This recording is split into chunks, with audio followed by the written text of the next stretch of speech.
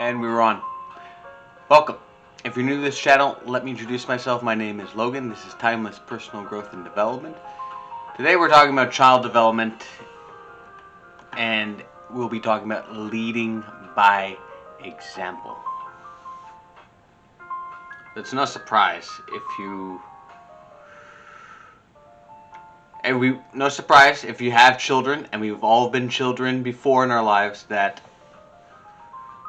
we follow what we were taught by the example that was given to us by our elders and by our parents. We follow by example. So it's important, even if you're in a leadership position, as a parent, as a teacher, as an aunt or an uncle or an older cousin, older brother, older sister, it's important to lead by example. I'll give you a quick story.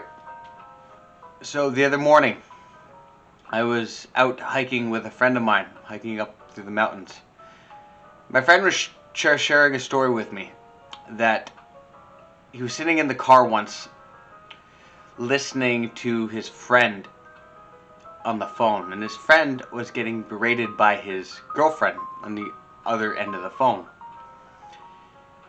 And she's just yelling at him. It's like, why are you going out? Why are you seeing your friends? What's your friend's name? And just interrogating him for no reason at all. And he's just calm. He's, honey, I'm going to be back later, okay? I'll be back later around 10, 11 o'clock, and I can hear on the other end that she's like, you're going to be home so late, and then you're going to be tired, and you're not going to get out of sleep for work. And he's still remaining calm and still remaining patient. And my friend was telling me, he could tell by his voice he was getting irritated and annoyed. He was like, yeah, okay, yeah. But not losing his cool on her. And then he hung up the phone, the conversation ended. So my friend turned to him and asked him this question. If you had a son or a daughter, and she was sitting in the car right behind you, in the passenger seat behind us, and she heard that conversation, heard mommy yelling to daddy like that, is that the kind of message you want to be sending to your children? That it's okay for mommy to be disrespectful to daddy like that? Is that the example that you want to leave to your children? If you have a son, hearing that conversation, that sets the example to him that, well, that's what's going to happen when I'm older. I'm going to have you having conversations, and I'm just going to have to sit there and take a verbal ass whooping from my girlfriend. I just got to sit there and bite my tongue and just take it. Just take it on the chin and then just go about my day. My friend has told me the story that he told him that, and that put things into perspective for him, that he didn't have a child yet at that point, but if he did, he didn't want his child to be hearing that and giving that kind of example, that kind of behavior in a relationship is okay, because it's not. And he did not want to give that example to his child. So that put everything into perspective for him, that he needs to change his behavior, and the way he interacts with the world and other people in the world is going to set the example for your children, and they're going to follow that example. And it's everything you do, every single thing you do. It's your lifestyle habits. How do you wake up in the morning? What's the first thing you do?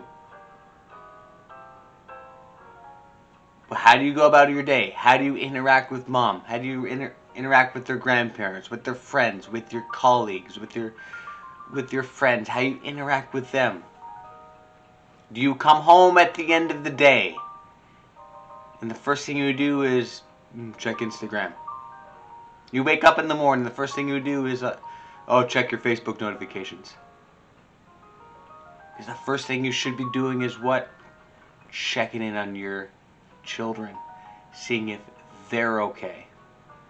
Who's more important, Your children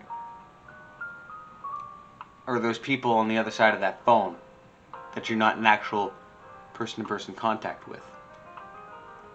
That kids see this.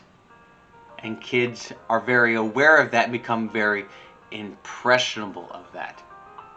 And being able to be assertive when you need to be assertive. Be able to set boundaries when you need to set boundaries. To be able to come home at the end of the day and no matter what happened in work, if you're angry and you're frustrated about what happened, a situation happened at work, you're going to come home and going to take it out on them. Because that's called projection. And when children reach a certain age, they can detect projection. I was able to detect that when my stepfather, when I was a teenager, I was able to detect constant projection. He always projected whatever frustrated him. I mean, he didn't have the emotional intelligence to be able to understand why he was frustrated, but at a certain point I was able to see that it was just classic projection. Whatever frustration he had, you put it onto me. Is that leading by example? No, because he didn't know how to take care of his issues, didn't know how to take care of his problems, doesn't have healthy lifestyle habits like going to the gym, working out. And that's something for me, that's something I prioritize. No matter how busy I am, I find time to work out. And when you have children, they're going to see that. Not that you're prioritizing working out over them, but you're prioritizing it in a way that mom and dad, they need to be strong. They need to be healthy so they can take care of you. It's okay. And if you're good, you have good time management skills, it's not going to take a whole enormous chunk of your time. But you find the time you need to get that in so you can be physically and mentally sharp for your children, so you can effectively lead them into healthy lifestyle habits for them. Because they're walking into this world and they have no idea. If a boy, if a girl, they don't know what it is to be a man. They don't know what it is to be a woman. So who's going to be their measuring stick? Mommy and daddy. And if mommy and daddy haven't got their shit together, their children aren't going to have their shit together either. So you got to be able to check your priorities. If mommy and daddy are prioritizing, like you bring a child into this world, but you're still prioritizing going out and partying with your friends all the time, and why are you bringing children into this world to begin with? That's not your job. That's not your priority. Your priority is your children all the time. Lead by example. Oh, well, you're prioritizing going out and partying and binge drinking on the weekends instead of spending quality time with your kids to work and develop them and to go do fun activities with them. Go out hiking, go camping, go do stuff with them. Go skiing, go sledding. It's winter time now. Go do stuff with them. You're leading by example, and they're gonna feel that you're making an effort to spend quality time with them instead of prioritizing other things. Because if you have other priorities in your life besides children, then why have children? They need to be your priority, and that is leading them by example. They're going to see that behavior, and you got to give children a way more credit than we do, because they are they don't see those little things. They don't notice all those little tiny behaviors. Oh yeah, they do. Oh yeah, they do. Don't underestimate their intuition. Don't underestimate their subcommunications just because they're children. They're smart and they see things. Children are like sponges, and they'll pick up on that. So whatever the example you're setting, you're coming home at the end of the day, you're tired, like, oh, I just want to sit and play on my phone. Well, that's the example they're going to do that. They're going to sit and put them right in front of a tablet at the end of the day. Not prioritize homework, not prioritize eating properly, not prioritizing working out or spending quality time with mom and dad and bonding, but, well, we're tired, so we're just plant ourselves in front of a screen. Screen time is okay in small doses, and it also needs to be earned as well. But you got to be able to set that example effectively and teach them to be able to earn things. And you got to force yourself to be able to earn things too, and have that discipline, have that mental and physical discipline to be able to teach yourself. You got to work, and you earn things at the end of the day, at the end of the week, at the end of the month. And that's teaching them, and you're teaching them and leading them effectively. Teaching them the skills that they need so they can thrive in the world. We always want to have a tendency to want to protect kids from the world and shelter them in this little box. This tiny little box. The world is not going to change for children just based on their stress and their anxieties.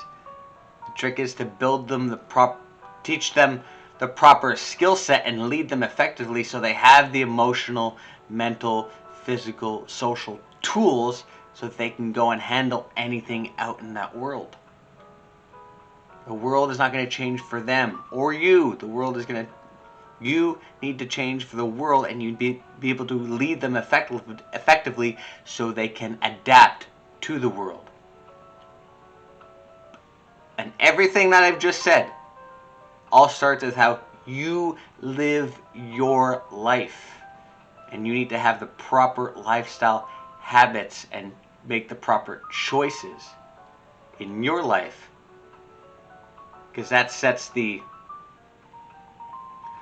to set the blueprint for their life and their future. And on that note, thank you so much for watching. If you like this video, like, subscribe, comment. You can follow me on Twitter, LinkedIn, Instagram, and Facebook. Logan Ryder, Timeless Personal Growth and Development. And I will see you all in the next video. And go lead by example.